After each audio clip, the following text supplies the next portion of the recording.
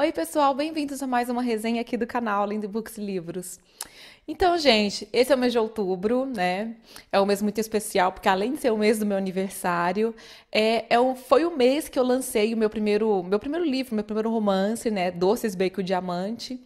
E para comemorar esse um ano de lançamento, eu vou deixar o livro disponível de graça por 2 semanas para quem quiser baixar, para quem quiser ler. E eu peço muito a ajuda de vocês para poder dar essa força para mim, para quem lê também avaliar o livro lá na Amazon, porque isso ajuda muito. Porque, como vocês sabem, eu sou uma autora independente, né? Eu não tenho ajuda de uma grande editora. E se você quer ler uma história divertida, uma história leve, uma história em que até ajuda a tirar um pouco daquela ressaca literária, eu indico meu livro, eu indico Doces, Bacon e Diamante, que eu espero de verdade que vocês me deem esse apoio, porque vocês sabem que olha, é difícil fazer tudo sozinho. E eu, como autora independente, né, como eu digo, eu sempre abro aqui espaço no canal para falar, né, de livros de novos autores, de pessoas que estão lançando seus livros de forma independente ou que estão lançando por editoras menores e tal. Eu hoje vou trazer para vocês um livro de um colega meu de trabalho, né, o Idel de Sena. A gente até fez uma antologia junto, né, dos Aliens, né? Eu conheci o trabalho dele através desse conto dele. E ele me pediu de uma forma muito simpática, de uma maneira muito fofa, para eu também resenhar esse novo trabalho dele, esse primeiro livro dele. E eu, então, gente, vou falar para vocês sobre esse trabalho do Idel, que é A Nova Ordem. Como dá para perceber pelo título, né, gente, se trata de uma distopia. Esse livro aqui do Idel, ele se passa num futuro, né, num país fictício chamado Pásio, onde rola uma monitorização e uma perseguição genética entre os habitantes desse lugar. Por conta dessa monitorização, eles dividem então a civilização entre positivos e negativos. Então, os positivos, eles são obrigados, né, quando diagnosticados, eles são obrigados a se esterilizarem e eles não podem procriar. E caso exista um casal que é formado por negativo e outro por positivo, e rolar então uma gravidez, essa gravidez tem que ser encerrada. Ou seja, a mulher é obrigada a fazer um aborto. E por conta disso, os negativos passam a ter muito mais privilégios em Pásio, né? Eles podem se procriar, eles não têm esse monitoramento todo. E além disso, eles começam a discriminar os positivos. E nós sabemos então que essa mistura de segregação, discriminação, né, preconceito, tudo isso começa a gerar uma revolta, né, entre os positivos e também por uma parcela de negativos que não concordam com esse tipo de coisa, que não concordam com essa atitude do governo e até mesmo da sociedade. E em como todo regime autoritário, sempre existe os seus rebeldes, e aqui não é diferente. No livro a gente tem um grupo de rebeldes que vivem escondidos nas florestas, porque é difícil de monitorá-los ali, né? É difícil de rastrear esse grupo, e ali eles armam planos para tentar derrubar essa nova ordem, para tentar derrubar Pásio, né?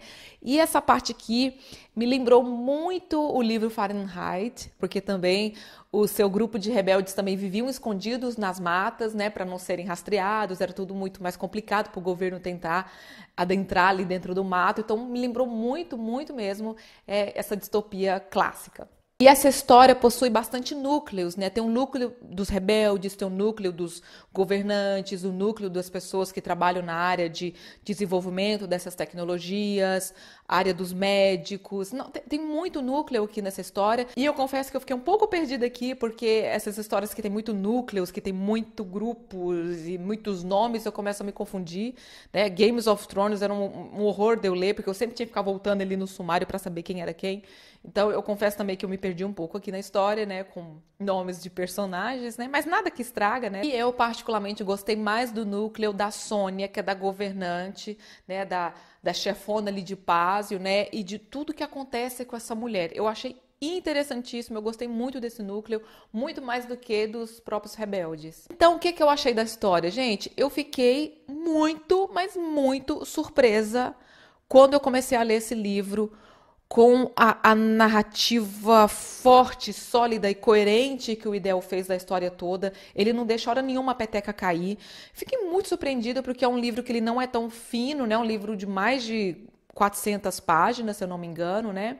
Um livro com bastante núcleo, com bastante personagens, e todos esses personagens, eles têm vida própria, eles tem profundidade, entendeu?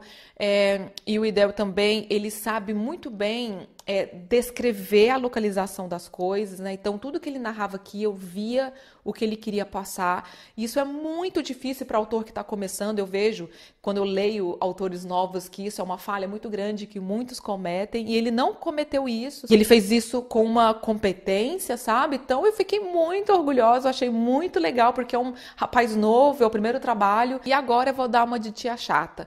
Eu particularmente acho que o livro merecia uma capa mais bonita, sabe? Uma capa que falasse mais da história, alguma coisa talvez a ver com as matas ou com a tecnologia ali que ele descreve e tal. Então eu achei que essa história é tão massa, tão bem feita, essa distopia tão certinha, ela merecia uma capa mais bonita do que essa. Então, se vocês ficaram curiosos, se vocês querem ler, né, a Nova Ordem, eu vou deixar aqui, né, o link da compra do livro, né, que vocês podem comprar pela Amazon. Logo depois também o autor vai estar vendendo esse livro em formato físico. Então aguardem, vou deixar tudo aqui para vocês, né? E me digam o que vocês acharam da resenha, se algum de vocês já leram, né? A Nova Ordem. E também, gente, se inscreva aqui no canal, dessa força aqui. A gente tem que chegar agora, a meta é os 2.000 inscritos, né? No mundo do YouTube, 2.000 inscritos não é nada, né? Mas aqui a realidade é essa, né? Vamos chegar aos 2.000 inscritos, vamos dar essa força aqui pro canal, né? E a gente se vê na próxima resenha. Então, um beijo enorme a todos e tchau!